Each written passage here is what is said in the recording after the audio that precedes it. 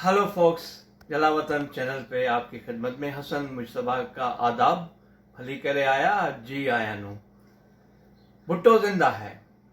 भुट्टो जिंदा है ये तब मालूम हुआ जब सिंध में हजारों की तादाद में लोग गिरफ्तार होकर हजारों एफआईआर का सामना कर रहे हैं और लोग गिरफ्तार होकर धड़ाधड़ जेलों में पहुंच रहे हैं। ये बिल्कुल एमआरडी तहरीक का जमाना याद दिला देता है कि जब बहुत सारे सियासी कारकुनों को, बच्चों पर, बूढ़ों पर एफआईआर दाखिल हो गई थी और उन्हें जेलों में भर दिया गया था।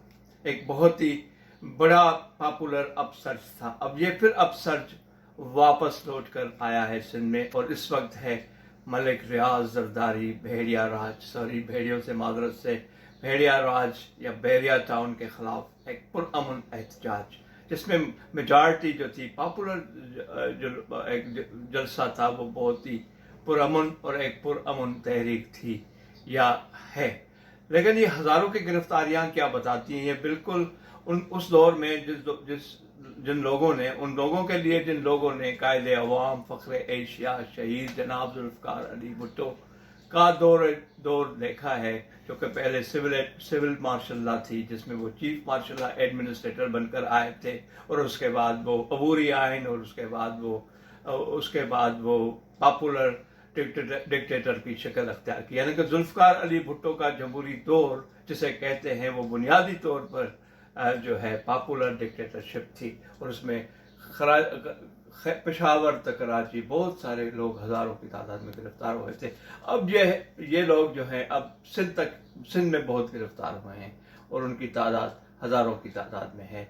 बिल्कुल इसी तरह ये हमने नारा जुल्फ़िकार अली भुट्टो के दौर में सुना था कि लाठी गोली की सरकार नहीं चले। अब ये लाठी गोली की सरकार जरदारी राज की सरकार हो गई है, जिसमें यहाँ तक के लेखकों पे, शायरों पे, अदीबों पे, मौरखों पे भी और सियासी पुरअमन लीडरों पर भी केस दाखिल किए जा रहे हैं।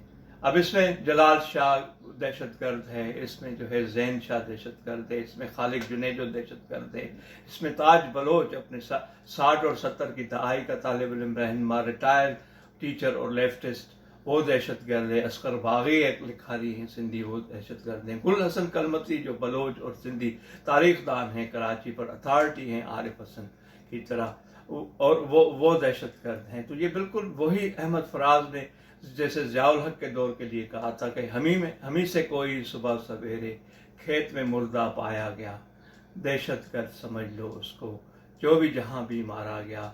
तो ज़िया से लेकर जरदारी तक सिंध अजाब में है। लेकिन इस वक्त फ़र्क ये हुआ है कि सिंधी जो हैं, भुट्टो के जो वोट का कर्ज था, मेरा ख्याल है उसमें से जाग चुके हैं। वो कर्ज उतर चुका है, वो उतर जाना चाहिए अब तक।